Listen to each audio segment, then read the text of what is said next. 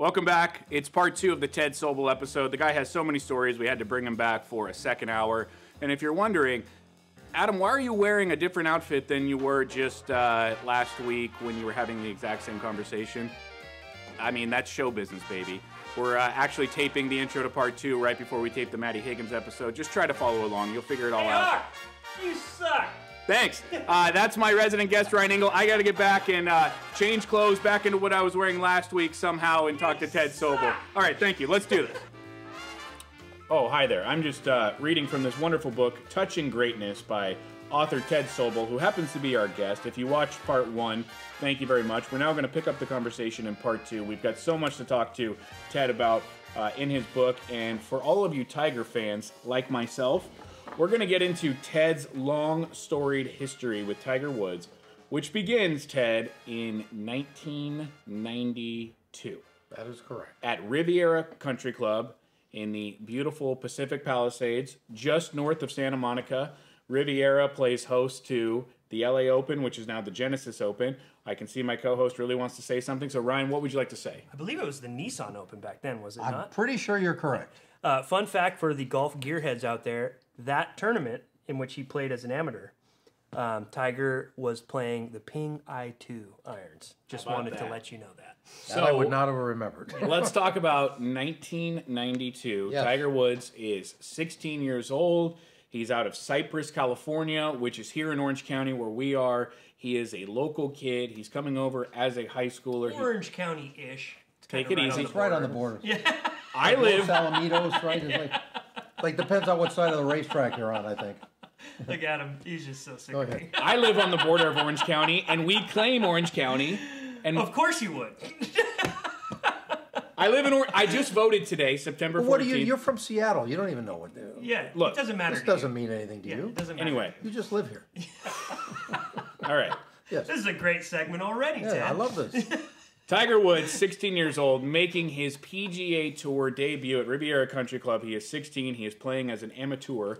Ted Sobel, not only are you there to witness this, you are there at Riviera in 1992 to see Tiger Woods, but you are having a conversation with Sam Snead, who at the time The natural.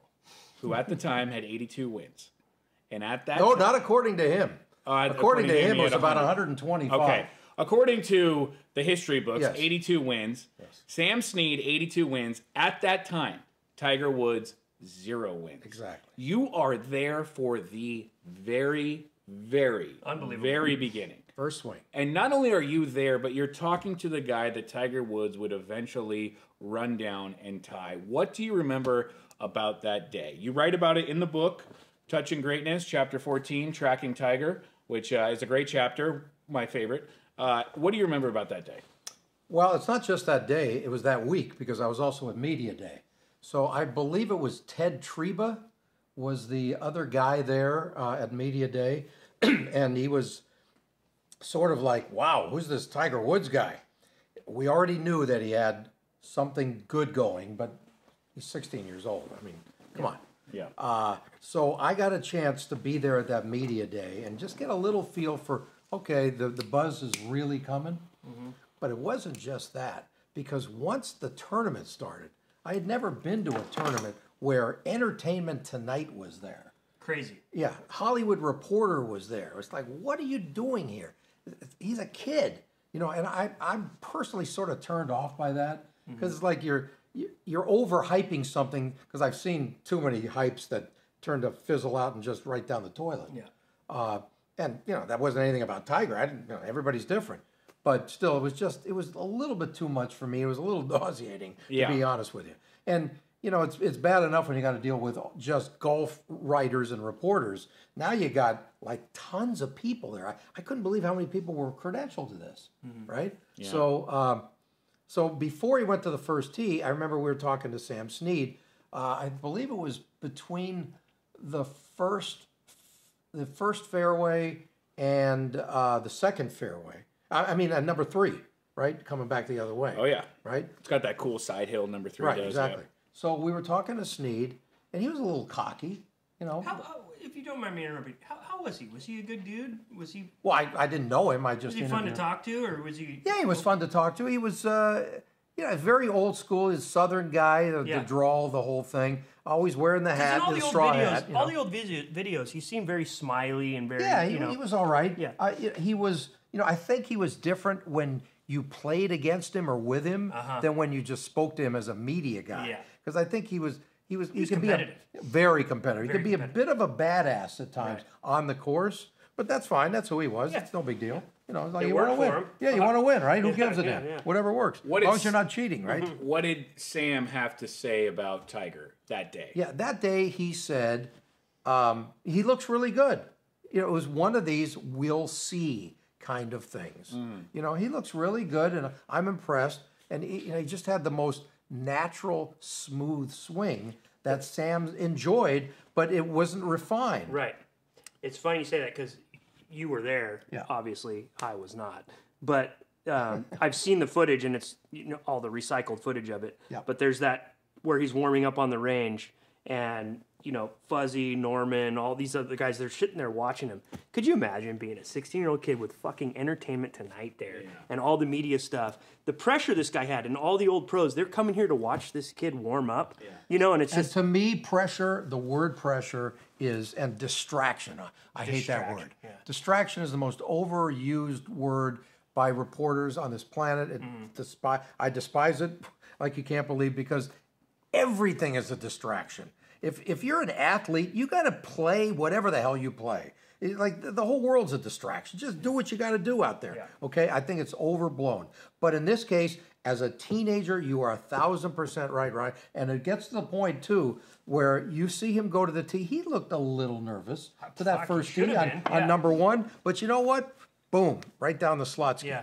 It was great. But the thing was that not only did I talk to Sam Snead, but I talked to Earl Woods beforehand. Okay, and Earl is saying, "Okay, you just don't know how good he is. Okay, you don't know.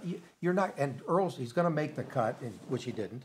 But he's a dad, so that's fine. Who cares? Yeah, he's not a normal dad. No, he's not a normal dad. He was comparing his son to Nelson Mandela early on. Gandhi. Earl It was manifested. Gandhi. Yes. He manifested that kid to greatness just as much as Tiger's talent did. Well, and here's what I'll say about Earl. I do believe that when you have any kind of knowledge of how Tiger grew up with Earl and with Coltita, who doesn't get enough credit for what she did. Great point. These two people, they took childhood away from this boy. Yes, they did. They took it away. There was no resemblance of any childhood that any three of us... A normal childhood. It's so sad. He's got this mansion. Would you take it easy? Florida. Here's my point. My point is not the mansions or the wealth or the accolades. Too bad. It's shitty not, life. It's not everything that he's gained from it. Because you and I have spoken off the air that rich people would trade all that in just to have some real friends and some real conversation. Sure. My big Tiger take is... when the world expected him to be a normal human being in his late 20s and early 30s, and when he went through the scandal... He was never normal. How could he be? Exactly. He has never once in his life been a normal person, so why would we expect it this far down the road? Well, you know what? The problem with that was... Nike. No. Look, forget the money and the corporate stuff. He was entitled by people around him. That's always. True. Yeah. Always. And the guy's still there, still entitle him. And it's wrong. Just to kiss somebody's ass, just to keep your job, in my mind, is, that's your life to do whatever you want. Yeah. You're not helping your guy out at all here. Right. Totally. But I don't think that Tiger ever asked for the ass kissing. I think it just came because people didn't want to lose being around him because they knew he was on a rocket ship to the moon. Of course. This is the Michael Jordan of golf. This is the Muhammad Ali of golf. Like, we need to be as close to this guy for as long as possible. It's true, but look, I can't get into his mind and his heart. Who the hell knows what's going on inside? If he ever felt guilty of that. I mean, who knows? Doesn't even matter. But he would never tell us. That was the problem. He not only didn't have a normal childhood, but he didn't have a normal way about communicating, whether it was his feelings or anything. It was sort of a computerized Tiger when he was with the media. Yeah. Now, again, he could do whatever he wanted, and he turned out pretty damn good. But separate from that, there's nothing normal about that. There's nothing. And by the way, when you say he's computerized and calculated, I agree with you on that. But I don't think that's him. I think that's his upbringing. I think that's Earl. I think Earl had it in him from an early age. I don't think you can peg any one thing wholeheartedly on anything. No, I think it's all safe of to the say, above. It's all of the above, but I think it's also safe to say my hot take on that is he's in a classification that's like Prince and Michael Jackson, and it's almost like his talent was so extraordinary that he was essentially an artist, and an artist of that level, whether it's Beethoven or, to be that good at any one thing, you kind of have to be a little bit weird, and he had that. Definitely. He had that. He was a fucking straight A student, and like he was essentially a super nerd. Like he had superpowers. You took the word out of my mouth. You know what I mean? He was a nerd deluxe. Yeah. And he had nothing with the women stuff. I mean, he was a nerd who played golf. Yeah. And when he played golf in school, in high school, that was not the thing to do then. No. I mean, it's like you play golf. Let's start laughing. Yeah. Okay, all right, fair enough. But if you know Tiger's background in high school, he did have a girlfriend in high school. Yes. Where when he would go over to her house, he would experience real life. He would experience normalcy. He would experience fun. There are home videos of him losing his mind, laughing, dancing. I've seen those. It was almost as if you see this kid. Those aren't the home videos I saw. Well, take it easy. Take it easy. It was almost as if you saw this kid experiencing real life. No question. For the first time. And then the story goes, and I'm not making this up, that girl, and I'm sorry that I don't know her name. I have seen something. Somebody interviewed her a few years ago, I think. Yeah, and HBO got her for the supplement to the documentary. Which was really good. It was a nice addition. It was. That girl was broken up with by Tiger through a letter that many people think that Earl himself wrote. Because Tiger was on the ascend, and it was like you were cutting everything out of your life that isn't golf. And this was from... Was it a smart decision? Well, yes, of course. Because you're a fan of what? How great he was on the golf course. Exactly. Right? I'm not a fan of him, the person. I'm a fan of him, the golfer. But would he have won all those tournaments? He'd been that good had he stayed with that girl. No, look, you could argue everything you're saying is 100% correct. So I will fully admit that Earl and Coltita and what they did to this child and this teenager and this young man is responsible for why everyone, including myself, likes him, because we got to experience the greatness. But then once you get past all that and you start to look back at the childhood, you realize for anyone to expect this guy to be any kind of normal, it's like expecting a robot to be normal. He never, ever, ever had a childhood. Ever. Well, it's all true. Look, again, we could dissect everything in his entire life, and it doesn't really matter because most of it's not going to be real because we don't know what's going on inside. Yeah. It's all, whatever's inside is what matters. It's what he felt at the time is what matters. We don't know, and he would never tell us. What I talk about in the book, from this first swing at Riviera to winning at the Masters the last time, and I fortunately was there too for that, just the idea that he's evolved as a person finally is a great thing. Yeah. Because I talked to him dozens and dozens and dozens of times, and he was always cordial. He was never a jerk or anything, but he never really said anything. Yeah, it was always about the golf. And by the way, sometimes, well, not even just that. Sometimes at his tournament at Sherwood, we would get him a little bit because they always had like 15 people around him, right? But sometimes he would come out behind the 18th green, waiting for some of the guys just to congratulate them and thank them for coming to the tournament and stuff. Yeah. And he would be hanging with us for a little bit. And we would do a little small talk with him, which was rare, but occasionally, and it was refreshing because it was like, I get to talk to the human. Yeah. I don't want to just hear, you're saying, I gave it 110% crap, You have been at Tiger's biggest moments ever. Yes. You were there when really lucky when you think you were there when he debuted, which we talked about at Riv. Yes. You were there at the Open when he US won. Open, yes. Well, the US Open in 2008. Yeah. Which is what I meant to say. Yep. When he won on one leg, and it didn't take 90 holes. It took 91. Yes, it did. A lot of people forget that Rocco and Tiger were tied after 18 on Monday, and they had to play an extra playoff hole. I'll never forget Monday because I drove all the way down there at 3 o'clock in the morning to beat the traffic and get there early because I was at the Lakers championship game against Boston the night before. I was going back, it was like a human windshield wiper. San Diego, L.A., San Diego, and I go home for 3 hours sleep, boom, right down the 405 all the way. I feel so bad for you. Yes, I can tell you're witnessing NBA championships and Tiger. I was tired. What do you want from me? That was an amazing. I was tired. And by the way, I only shit. did that because that's what I do. Yeah. They didn't pay me any extra for that. Well, and look at you now. You get to say Worth that it. you were there. Yes. I think you make a little money off that book. I think it's safe to say. Yeah, and Especially after being on this podcast. Yeah, hey, we might help.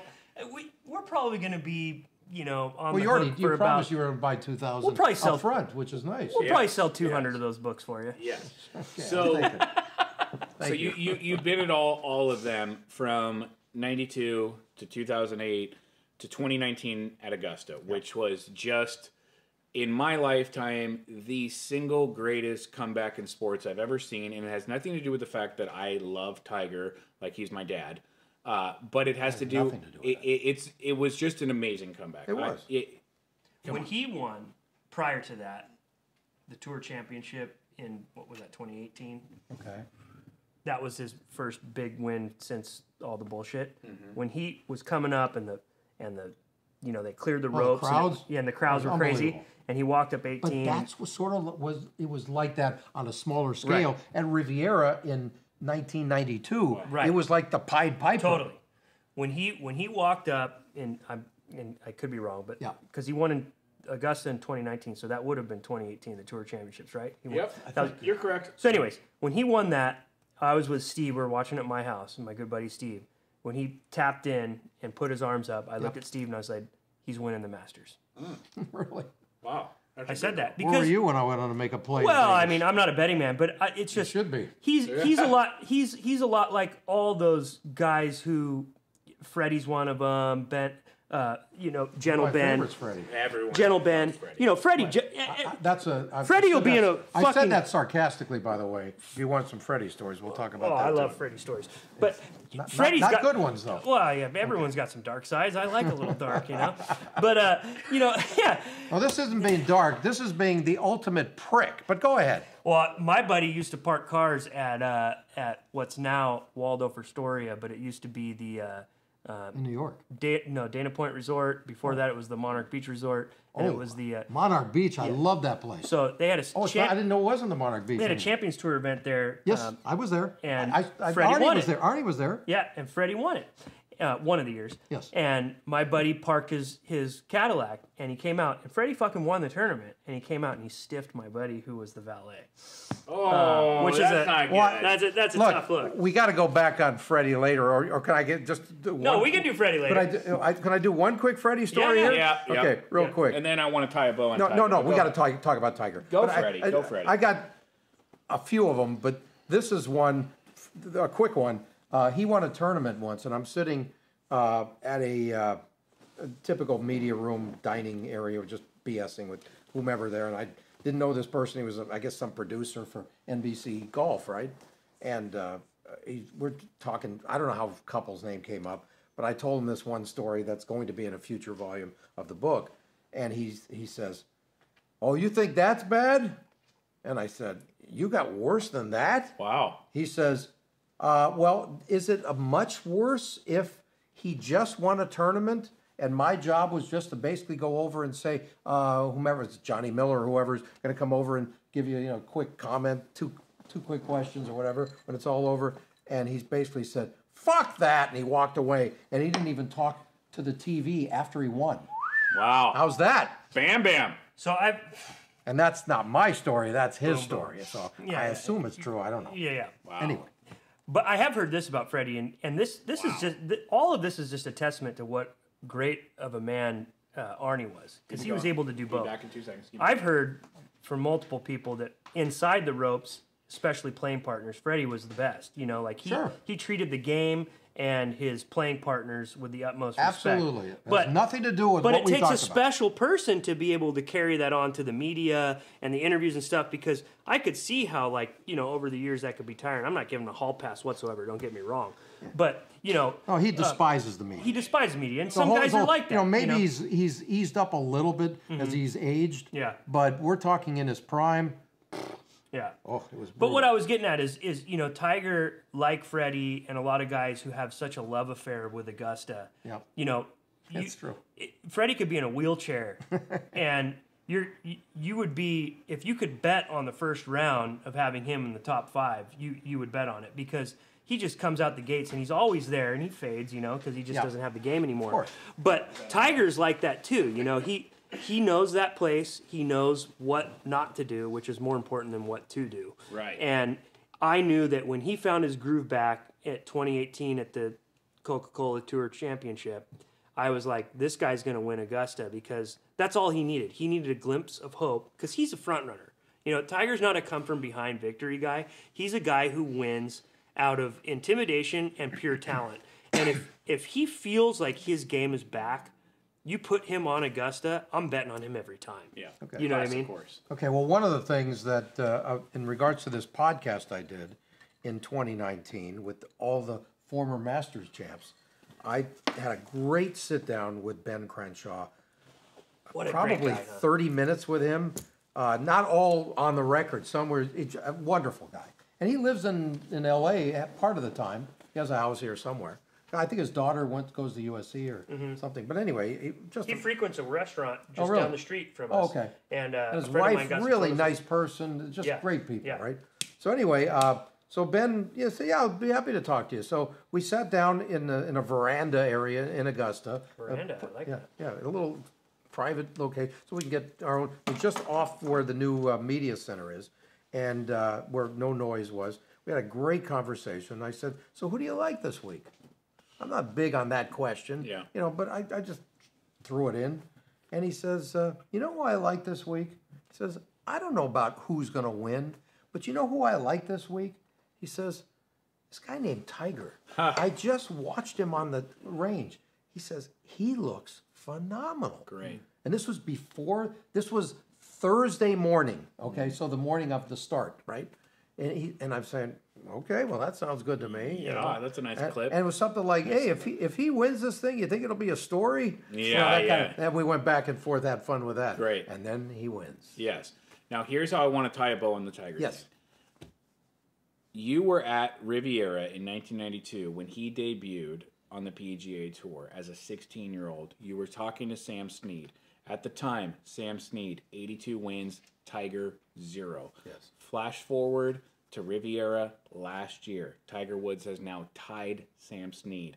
82 wins. Like, who could imagine that the kid standing on that tee box would tie the guy that you were talking to? I thought about it all week. Let me take it one step further. Yes. He's in town for Riviera, and that is when he literally cheats death, rolling his SUV down the ravine on his way to go shoot some commercial for a golf company. But you want to talk about a story that has a definitive beginning and what felt like could have been a definitive end. It starts at Riviera, it damn near ends at Riviera, and in between it, 82 wins, tying the guy that you talked to who had 82 wins. I mean, what do you think of when you think of that? It's crazy. I mean, it's it's almost like, is life fixed in advance? I don't know. I was going to say, I don't want to sound morbid, but maybe that was Los Angeles' way of saying, hey, fuck you for not claiming us all these years.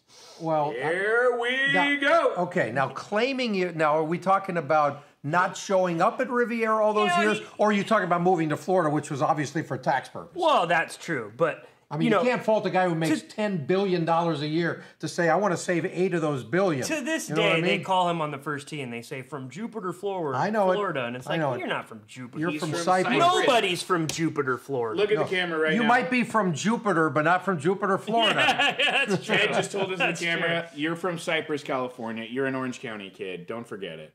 And, it bugs me a little bit. I'm not an Orange County kid. I grew up in Culver City, and a proud chapter in Touching Greatness about that, by the way. Oh, yeah. But, go Centaurs. Very good. Yeah. Now, how do you know about the Centaurs? Well, this is a tattoo for the... I didn't go to high school there. I went to junior high. Okay, this is a Palms tattoo. Oh, Palms is the neighborhood adjacent to Culver very City. well. So I met my wife while I lived in Palms. We got married while we lived in Palms. So we loved the Palms, Culver City area. When I used to go on runs, I would go run around Culver City High School. The old Helms Bakery where they That's used to it, be? yes. Well, Helms, I have the real Helms Bakery. You could smell the donuts and the bread through these pages. How about it was that? An incredible place. Incredible place. Yes, there you go. He ain't lying. Yeah, so... I just sold another $50. yeah. The books smell like donuts and bread. I just sold 50 donuts. It's my problem. Go ahead. Let's keep it at Riviera. Yes. But let's flash forward from 1992 when Tiger debuted. 3 years later, 1995, the PGA Championship, which... Yes. I forgot about that. Well, everyone forgets about the PGA Championship because it's not a real major. Just kidding, Elk. My boy Elk won that. I'm just kidding. The PGA Championship, unfortunately, gets shit on as... Well, at that time, they were seriously considering making it not a major and turning the Players' Championship into the fourth major. Really? There was talk. I mean, seriously, I don't know if it got to the, like, we're voting on it, but they were talking about it seriously because they weren't playing great venues, and that's one of the issue, you know, and it was like, hey, this is a major. You got to, so around that time, that's why Ben Crenshaw had to rebuild the greens that year in 95 up to the standards of what a major is supposed to be. Right. So there's a lot of talk about that. In 1995, PGA Championship was there. You were there. This is the first radio network broadcast of a major, and you were the producer? In the U.S., yes, correct. Go ahead. And I don't know how the hell they ever found me either. Some guy in St. Louis who turned out to be not You're not a lucky guy. Well, timing is everything in life. Isn't it? Ask me what the secret to comedy is. Timing. But I want to tell you, folks. Beat me to the joke. But, Yes. but here's the joke. Ask me what the secret to comedy is. What's the secret? Timing. I know. God, that was great. Yeah, we'll make that a clip. Keep that in, Nick. Yeah. This is why he's not a comedian. Anyway, so He's not very funny at all. Well, plenty of golf people call themselves comedians on Instagram, and they continue to get How to could do you it. be funny when you're the butt of everyone's joke? Ted, so tell us about 1995 being the radio producer for the first major broadcast on a network in the U.S. So I get a call from some guy in Missouri saying... we call it Missouri. Thank you. In this country, outside of Missouri, we call it Missouri. Okay. Anyway, so I don't know who this guy is, and he says, somebody recommended your name, because it's in L.A., that you'd be a good guy to produce this. And I was thinking, okay, that sounds great to me. I never produced anything in my life, except for misery, you know, for some people. I'm good at that, too. Exactly. Nobody does it better. Yeah. I said, you want misery? I got a couple of weeks for you. You're gonna Can't spell it, but I can do it. So anyway, it's like, okay. So he interviewed me on the phone, and I said, I'd love to do it. He says, okay, you're good. And he paid me whatever it was, $3 an hour, and we did our thing, right? That was a lot of money back then. So he said, well, this is what you're going to do. And we're going to have Jack Whitaker and Amy Alcott as our co-hosts. Wow. You know, and they're going to be in the media room with you at a special table. You're going to sit next to them Whitaker's and control a the whole great thing. media guy, too. Oh, the greatest Yeah. of all time. I know. The wordsmith, nobody comes close to him, No, right? yeah. Okay. So I got fun stories about Jack. Jack's one of the endorsers of my book, and he just passed away a year ago. He's like 95, I think. I saw that. Yeah. Rest in peace. Yes. By the way, Great guy. By the way, I don't want to bury this either. What's that? No pun intended. Yes. Horrible. Great way I timing. said it. This is why you make the big bucks. that was pretty. Let me just get into a time machine and just say rest in peace to Norm Macdonald, who I found out passed away right before we started taping this. We're gonna Norm Macdonald, the comedian? Yeah, he died Norm today. Macdonald No died. shit. 61. 61, very young. Now God, that He guy had was cancer. funny. he for was 9 the years. funniest. That's what they said. Yeah. He had 10-year battle with cancer that he kept secret all the way up until today when we all found out. Rest in peace to Norm Macdonald, one of the best, one of the funniest guys any one of us have ever heard. And when you bring up people like Whitaker passing away, we have to give our respect to them. So let's do a little cheers to Norm. Yeah. Norm Macdonald. Norm Macdonald, what a legend. guy. What a guy. Ted, Okay, so where was I? sorry for that. You were producing a Yes. 95 Whitaker's rib. on. Yeah. So Whitaker is going to be sitting next to me with Amy Alcott, who knows Riviera better than the guy who built the place because she grew up in Santa Monica, Hall of Fame golfer, and she's the one who taught Phil Mickelson how to win there. Remember, he never won. He never did anything there, and she went out with him a couple of times, and talking about the slopes and you got to Isn't play it away funny from how that this. works, you know? I wouldn't know. I'm not that good at. Anyways, to me, Well, you're lucky. Yeah. I'd rather be lucky than good. Yeah, that's a Ryan Engel special right there, baby. There That you was go. me teeing up something for someone else Yes, for once. very good. That never happens. You want to talk about getting lucky. This guy's setting you up to look I can good. tell you it's the only Never time I'm going to happened get lucky today. That's for sure. Anyway. I hope my wife's watching. 'Cause I'm feeling real lucky right now. So anyway, So sitting next to Jack and Amy, it was just fantastic. And it's the first, remember the technology, this is 1995. Yeah. They were literally taking these big walkie-talkie things and hoping they work. And you know how Riviera's up and down, it's hilly, and some places you can't get an antenna to do this, and they had long antennas, but sometimes they'd just fizzle out and you couldn't get anything. So it was all a gamble. The entire week was a gamble. Yeah. Let's go out to Joe Smith on 18, and sometimes Joe Smith wasn't there. He didn't hear us, and sometimes he did, and sometimes we heard him for 12 seconds. Hey, in golf, you never know. It's like Different era. the Different ambiance, era. the ambiance, the silence. Maybe. But we tried it. It was the experiment. I was told then it was done one time at one of the Open Championships, probably that year or the year before, but they'd never tried it in the U.S., so it was a blast to be a part of. And I was told, you're not going to be in the broadcast, but you're going to have features in the broadcast, and mostly during the pregame stuff leading up, and then during dead time, whatever. I was able to do what I wanted to do. So I interviewed Byron Nelson, who was there last time he was ever at Riviera, and he was in a wheelchair, and his wife was wheeling him around, and I caught up with him, and I said, Mr. Nelson, I'm Ted Sobel, I'm producing this. Would you be so kind? Very nice. Talk about nice guy. Yeah. Only asked a few questions. It wasn't a one-on-one sit down for 30 minutes. It was just to get a few responses to play in the few features that I was doing. Yeah. And he's one of the all-time greats at Riviera, too. Forget not just on the tour. And I think he beat Ben Hogan in a really important one at Riv one time back in the mid to late, maybe it was mid-50s, I think it was. Dad, don't look at me like I know. I was born in '87. I thought you were there. Yeah. Well, I wish I was. 87. I wish I had your life. Life seemed better back then. It all makes a lot of sense. Yeah. Anyway, so I'm trying to make it sensible. So anyway, it was so great. That was the first time I ever got a chance, and only time I ever got a chance to talk to Byron Nelson, and that was awesome. Right? Byron. But one of the stories about Fred Couples, since he's Mr. Riviera, that week was Bam Bam. You got to get Fred Couples into this show. Obviously, I think he'd won 3 times up to 95 already at Riv, something like that. Right? That was his era too, Yeah. So it was And by the way, everyone knows Bam Bam's from Seattle. Yes. Boom boom. We claim him. It's Boom Boom, yeah, not Bam Bam. Bam Bam from Seattle, and we all love him. And you call him Bam Bam for what reason?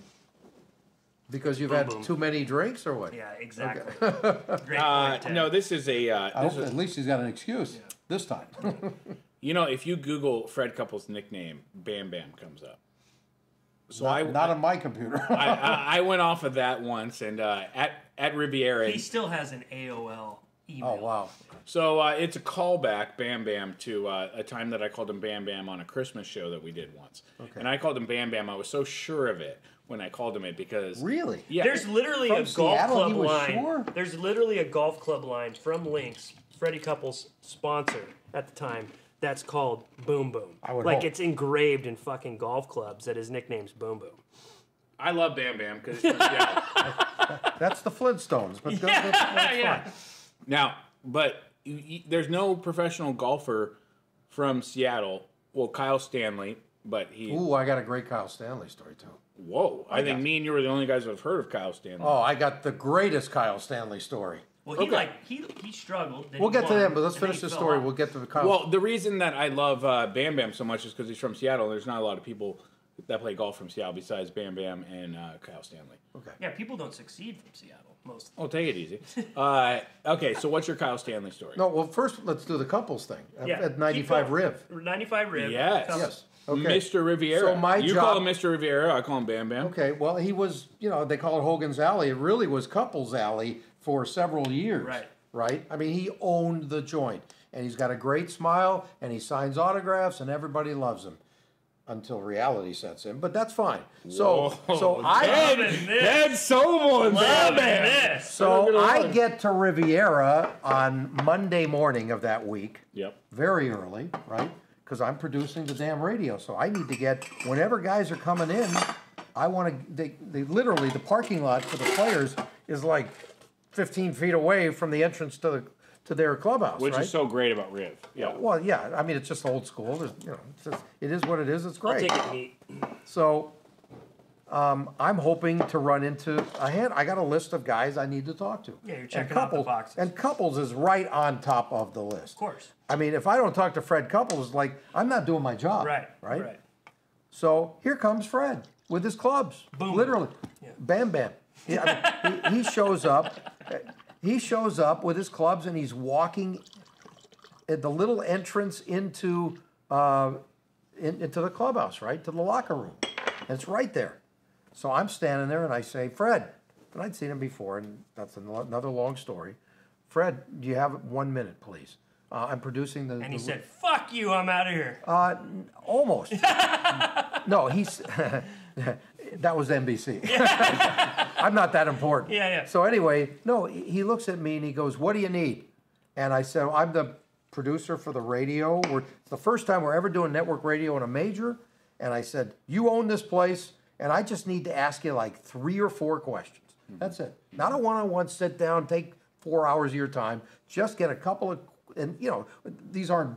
You don't have to be a brain surgeon to answer these questions. Just generic stuff. Give it to me so I can... Supercuts so or I can, barbershops. so like I can edit it in. Yeah. We're good. I spoke to Fred Couples. Boom. He goes, can you get me tomorrow? Tomorrow? And I said... That's what I said. Tomorrow? Yeah. I said, it's like 8:30 in the morning on Monday. Yeah. I said, there's nobody here. Let's just get out of the way now. No. Get me later. Come back tomorrow, or you'll run into me. That kind of a thing. Wow. And I said, I really need you now. And he says, I'm sorry, I'm busy. He's busy. He just showed up, right? Yeah. And he just walked in there and blew me off. So I'm thinking, okay, maybe I'll get him tomorrow. And I'm going through my list, getting everybody, including Jack, who was playing in that one, right? Jack. So I got what I needed, and the last guy on my list. And I already got Byron Nelson. Totally stiffed me. Totally stiffed me. Unbelievable. I saw him one time, and I think he caught my eye, and he just walked into the room like I wasn't standing there, right? That's not the bad Fred Couples story. That's the good Fred Couples story. The bad one happened at the Shark Shootout before it was Tiger's event at Sherwood. But that's a separate issue. So we were talking about this Riv 95. So it was so good, except for we had tons of technical problems because it was an experiment. That was the era. Yeah. So we just knew it was going to happen. Yeah. It was like, had to live with it. And Jack That was was when incredible. TV was still square, not Not quite. Well, when I think of Riv 95, yes, I think solely of Steve Elkington, a.k.a. Elk. Yes. My favorite golfer of all time. My best friend of all time. I love Elk. Elk is the man. And, wow, what an amazing 4 rounds that he played. Elk. What do you got to say about Elk? I didn't know Elk at all. You took a great picture with him. Yes, I did. I saw him the last time I was at Riv. I saw him standing in front. He was talking to somebody, and I walked over and I said, I'm doing a book, and I got a long story about this 95. I said it'd be great to get a picture with you at the Hogan Trophy, at the statue. So we did, and he was real nice. We had a nice chat, and he gave me a little insight about what was going on that final round. I think his wife was pregnant at the time. Yes, and by the way, Elk, I think he tipped his caddy like 100 G or something. So he did learn that from Fred. Elk or Tiger. Yeah, go ahead. Elk is extremely generous with his money, and he knew he could change his caddy's life. Because of that win, you mean? Yes. The story Elk told me was, the PGA Championship changed my life, so I'm going to change the life of my caddy. Well, that's nice. And he did. And Elk is one of these guys. You want to talk about old school. Elk is old school. Jackie Burke is his mentor. Like, he is straight up old school. He wears the FootJoy Classics, Elk does. He loves this company. This company? Yes. Oh, he said he wants to come on the show. Yeah. And I'm sure after seeing you on here, he probably will now. Yes. No doubt. Yes. Ted who? Hey, leave a book for him. I'll give it to him. Yeah, exactly. If he leaves me what he left his caddy, I'll leave him 10 books. No, Elk is a very generous guy. $20 fucking dollars. I'm just saying that. He's a very good guy. So, this book... Thanks, Elk, for the picture, by the way. That was fun. 258 pages, yet there was so much more left on the cutting room floor. You have gone to the cutting room floor, you've picked it up, and you've said, I'm going to make volumes 2 and 3. Correct? Yes. So we've got more touching greatness coming out. And many more golf Now stories. shoot me straight, Ted. Because, by the way, this chapter, the only golf chapter per se, is Tiger. It's basically the Tiger story and how he's intertwined in my career. Yeah. The rest of it that's going to be in a future volume is other golf stuff, the Bill Haas story, the couple stories, the whatever. Anyway. So speaking prematurely here. Yes. Ted, if I may. We're about 3/4 of the way through our experience together here today. Okay, 3/4. That means I'd like, an hour. I'd like to ask you, what is the over/under here for us sneaking in as a company and a podcast here into Volume 3? Is that a possibility? Sneaking into it? Yeah, let's get us into Volume 3. No, I would love to talk about anything. By the way, Ted, you've done a lot I of these. sent you all that stuff. No, you did. Yeah. But Ted, you're a friend of mine. You've been a friend of mine for a long time. We've talked. We've traded texts. We run into each other. We're friends. What was his name again? You have to admit, you've never had more fun talking about your book and your life than with us, correct? No doubt. Okay, great. No doubt. So take I that, just ask ABC what the best 7. of- Who else has interviewed you? CBS 2?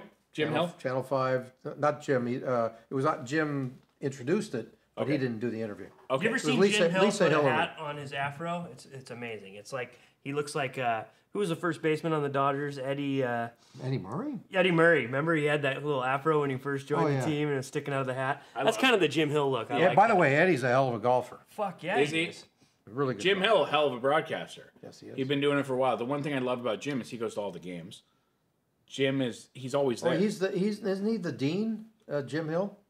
Take it easy. That's Fred Rogan. Fred Rogan's the Jim dean. Hill was here first. Well, but So what does dean mean? my loyalty is to Fred. Dean is a 4-letter word, I guess. Well, okay. Anyway, True. a lot of great LA broadcasts. I'm just bringing that out. And all I'm saying, Ted. I'm on Ted's side on this. Okay, Ted, Yes, sir. you've been on all these shows. You come Fred here. Rogan's such a great friend of yours. Let's get him on the show. Fred would love to do it. We'd probably have to take Are the you show. speaking for him now? Yes, I am. We'd probably have to take the show to Burbank. Fred wouldn't drive all the way to San Clemente to do this show. By the way, thank you for coming all the way down. of course. That was very My nice of helicopter picked me up. Yeah. you. Yep. Dropped me off in Culver City. I had to hitchhike the rest of the way. We got a gift card for you that you can use at Chevron stations for your Oh, that's phenomenal. Yes. Anyway, of all the shows that you've done, I know, Ted, you had a lot of fun doing this one. I love doing this. Okay, great. I'll So, be back tomorrow. Yeah, we'll have you. That's for no, we damn would. You won't be here, but I'll be here. Yeah. I would knocking Ted, on the door. Ted, we would love to have you. In seriousness, the book is called Touching Greatness. It's 258 pages of greatness, if I might add. Thank you. Ted, Let's speak on the book one more time, real quick. So it's basically 5 more times is fine. Yeah, no, it's basically a collection of your stories. In how would you describe it, Adam? In the structure of it. I would say that Ted does these. It's a great hybrid of rapid fire stories, but really in depth with the paragraphs that you do. So you get a really great story in a short amount of time. Then you get like a fun fact and a did you know? Yeah, a lot of fun facts and did you know throughout the book. Easy Yes. read. Yeah, I think that breaks it up to make it an easier read. I agree. Yeah. I agree. And the book just flows. And if you like sports and you like behind the scenes And music. and if you're more fascinated by what these guys are as human beings as opposed to what they do in the box score, it's a great book. It's also a really great, insightful look at what it's like to be a guy that has covered it for decades and decades. It's such a fun read, and to hear about it at Riviera in 2018 and then to be able to hold it now is great. Isn't it almost weird? It's great. It's like it actually exists. And to know 'Cause that I was they're- sick of talking about it, believe me. And to know that, because when a lot of people say I'm writing a book, it's like, oh yeah, okay, Whatever. sure you are. But you told me, and you actually did it, and you have multiple more volumes coming out, which is great. I'm going to drench myself in this. You say you like to bring this to all of your Yes. you never look better on photo camera, shoots. by the way. Yeah, I look great right now, don't I? You look at like What's the significance of the little guy standing next to Kobe? that used to be me. Has anyone ever told you look like Freddie Couples? No one's ever told me I look like Kobe either. Oh, You know what? Actually, I think I heard that a long time ago. Did you really? But Fred never said that to me. Of course He was too busy telling me to go screw myself. God, I love it. I love that you came on here. You were candid.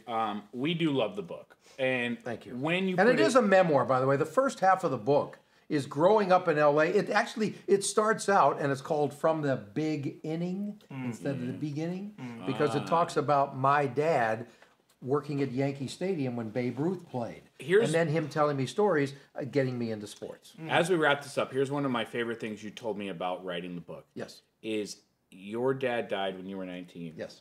And he died young. 55. 55.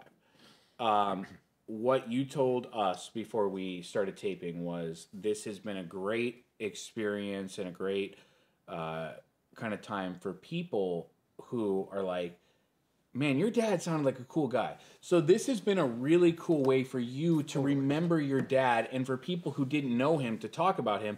And in part 1, we brought up Bernie a lot. He's the person that told you to start playing golf. He's the one that made a hole-in-one on his first round. So you get Supposedly. well, let's not call Bernie a liar. I believe it. No, I believe him because I believe you. Now you get to relive your dad through this book. Totally. That's amazing. It's phenomenal. It's the best part of the book. I wrote it more for my parents than I wrote for me. My mother died in 2013. Sherry. That's fine. Edit that out. Take that out. I was close. Sherry and Bernie. My mother is going to haunt him for the rest of his life. So As she should. Exactly. That's all right. A few drinks, she could be... Shirley Temple is what that's not. Well, it definitely is not. No, but I wrote it as much for them as for me. And my publisher at Coach's Choice said to me, Jim Peterson, who's the boss, who owns the company, he said, the day he accepted that he was going to publish this book, he said, Ted, whatever happens, this is your legacy, and your parents who aren't here anymore will be unbelievably proud of this. Yeah, and I agree with him. It's a neat feeling. Yes. Like you love to talk about your grandmother and all that? Is and she his still grandpa. around? No. Okay. But same kind of feeling. It's.